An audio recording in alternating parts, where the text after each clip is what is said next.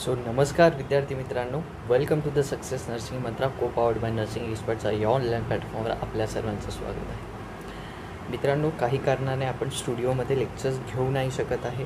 मी सध्या out of Maharashtra आहे. So मी pen टॅबवर लेक्चर घेण्याचा प्रयत्न करतो आहे. सो होप तुम्हाला समजेल आणि आपण यामध्ये छोटे छोटे टॉपिक्स बघणार आहोत. सो जेणेकरून तुम्हाला पण जास्त त्रास होणार नाही या गोष्टीचा आणि आपण एक छोटे छोटे व्हिडिओज बनवून यामधून आपण शिकणार आहोत. ठीक. So let's start with the today's topic. आज आपला टॉपिक आहे सिकल सेल ॲनिमिया. आता what is sickle cell anaemia? Sickle cell anaemia हा सिकल सेल ॲनिमिया म्हणजे एक्झॅक्ट आहे काय? आता सर्वात पहिले आपल्याला समजावं लागेल सिकल म्हणजे काय. फॉर एक्झाम्पल, हा एक ऑटोसोमल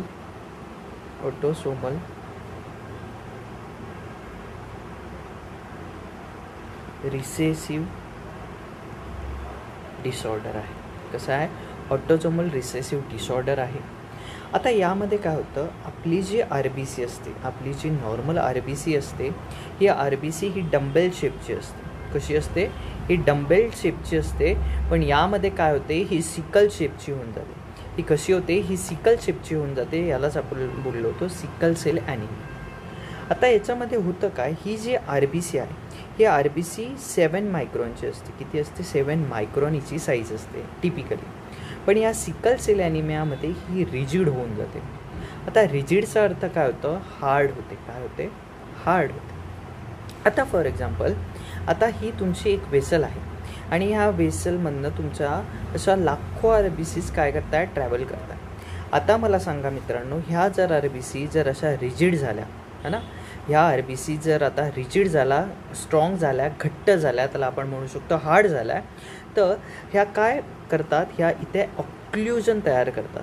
ऑक्ल्युजन मीन्स इथे काय करतात, हा जो रस्ता आहे, हा रस्ता ब्लॉक करण्याचं काम करतात. आणि जसा हा रस्ता इथे ब्लॉक होतोय, तर पुढे काय जात नाही आहे, ब्लड ट्रॅव्हल होत नाही आहे. आणि त्याच्यामुळे सर्वात पहिले याचं साईन काय होतं की बाबा O2ची डिमांड, O2 काय होतं? डिक्रीज होतो. त्यालाच आपण म्हणू शकतो की हायपॉक्सिया होतो. म्हणजे जो डिस्टल पार्ट आहे, याचा पुढचा जो पार्ट आहे, तिथे काय होत नाही, ब्लड सप्लाय जो आहे तो पोहोचत नाही. आय होप तुम्हाला इथपर्यंत समजलं असेल. आता यामध्ये काय होतं, आता ह्या ज्या रिजिड झालेल्या RBCs आहेत, ह्या ज्या रिजिड झालेल्या RBC आहेत, ह्या ज्या हार्ड झालेल्या RBC आहेत, आता यांचं काय होतं? आता ऑब्व्हियसली आता ह्या इथे ऑक्ल्युजन, आता इथे काय करताय? ऑक्ल्युजन बनवताय. ठीक आहे. सो इथली ब्लड वेसल जी आहे ती काय होते? ती नॅरो होते. तिचे पुढे रक्त ट्रॅव्हल करू नाही शकत आहे. आय होप तुम्हाला इथपर्यंत समजलं आहे. आता ही जी रिजिड झालेली RBC आहे, ही जी रिजिड झालेली RBC आहे, आता ही काय होते? ही तुटायला लागते. ही काय लागते? तुटायला लागते. आता ही तुटल्यावर, आता तुम्हाला माहिती असेल की आपली जी सेल आहे, आपली जी काय आहे RBC आहे, या RBCचं ग्रेव्हयार्ड आपण म्हणतो ना, RBCचं कब्रिस्तान कोण आहे? तर स्प्लीन आहे. आता विचार करा, ह्या आर्टरीमध्ये अशा लाखो RBC तुटायला लागल्या, ज्या की रिजिड झालेल्या आहे. आता फॉर एक्झाम्पल, ही अशी एक मोठी करून बघू. आता ही रिजिड RBC आहे, आता ही काय झाली आहे? तुटली आहे. तर आता ही तुटून काय करेल? ट्रॅव्हल करेल. आणि हिचं ग्रेव्हयार्ड कोण काय आहे? तर स्प्लीन आहे. तर ह्या स्प्लीनकडे ज्यावेळेस जाईल, तशा करोडो RBC ज्यावेळेस एकत्र येतील, एक सोबत येतील, त्यावेळेस ह्या स्प्लीनची साईज काय करणार आहेत? ते वाढवणार आहेत, म्हणजे इन्क्रीज करणार आहेत. आता जशी ही स्प्लीनची साईज इन्क्रीज होईल, त्यालाच आपण म्हणतो मित्रांनो स्प्लिनोमेगॅली. काय म्हणतो? स्प्लिनोमेगॅली. म्हणजे ही जी स्प्लीन आहे, तिची साईज काय होते?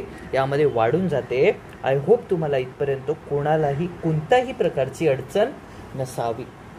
मग आता तुम्ही म्हणा की आता याची आपण मॅनेजमेंट कशी करणार? आता याची मॅनेजमेंट कशी करणार? आता समजा ही जी आर्टरी आहे, ही ऑलरेडी काय झालं आहे? ऑक्ल्युजन झालं आहे because of the rigid RBCs. आता ह्या रिजिड RBCमुळे, तर सर्वात पहिले, आता फॉर एक्झाम्पल, हा रामलालचा हात आहे.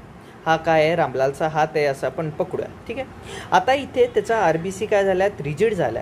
पण ह्या रामलालने असा जर त्याचा हात असा फोल्ड केला म्हणजे बेंड केला तर ऑब्व्हियसली ह्या ज्या ट्रॅव्हल करणाऱ्या RBCs आहेत त्या काय होतील, इथे परत ऑलरेडी तिथे ऑक्ल्युजन झालेलं आहे, ऑलरेडी तिथला जो रस्ता आहे तो काय झाला आहे, ऑक्ल्युटेड झालेला आहे.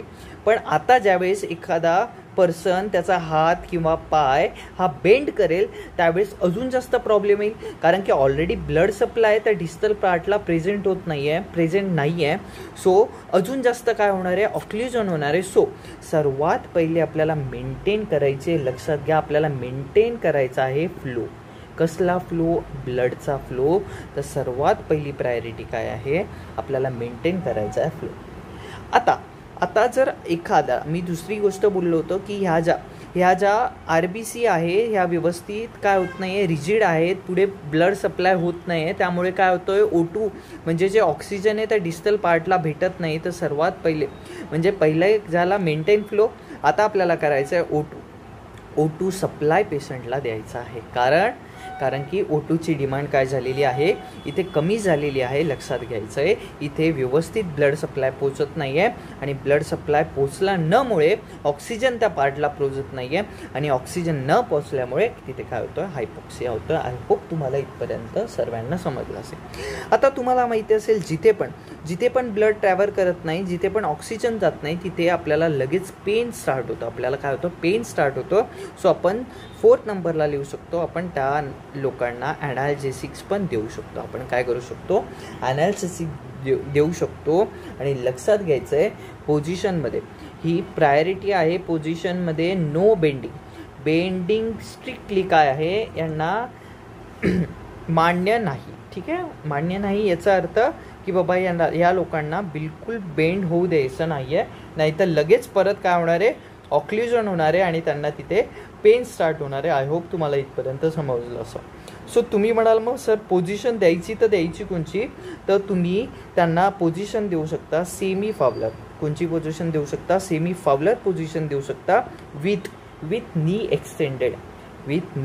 एक्सटेंडेड म्हणजे तुम्ही त्यांची नी जी आहेत ते एक्सटेंड करून त्यांना सेमी फावलर पोझिशन देऊ शकता. अशा प्रकारे हा आपला छोटासा टॉपिक जो की परीक्षेच्या दृष्टिकोनातून खूप जास्त इम्पॉर्टंट आहे तो आपण इथे बघितला. सो आय होप तुम्हाला सर्वांना व्हिडिओ आवडला असेल तर नक्की लाईक करायचा आहे, शेअर करायचा आहे त्या प्रत्येक विद्यार्थ्यापर्यंत ज्याचं स्वप्न आहे नर्सिंग ऑफिसर बनण्याचं आणि आपल्या आईवडिलांचं स्वप्न पूर्ण करायचं. पुन्हा भेटूया एक नवीन व्हिडिओसोबत. तोपर्यंत धन्यवाद.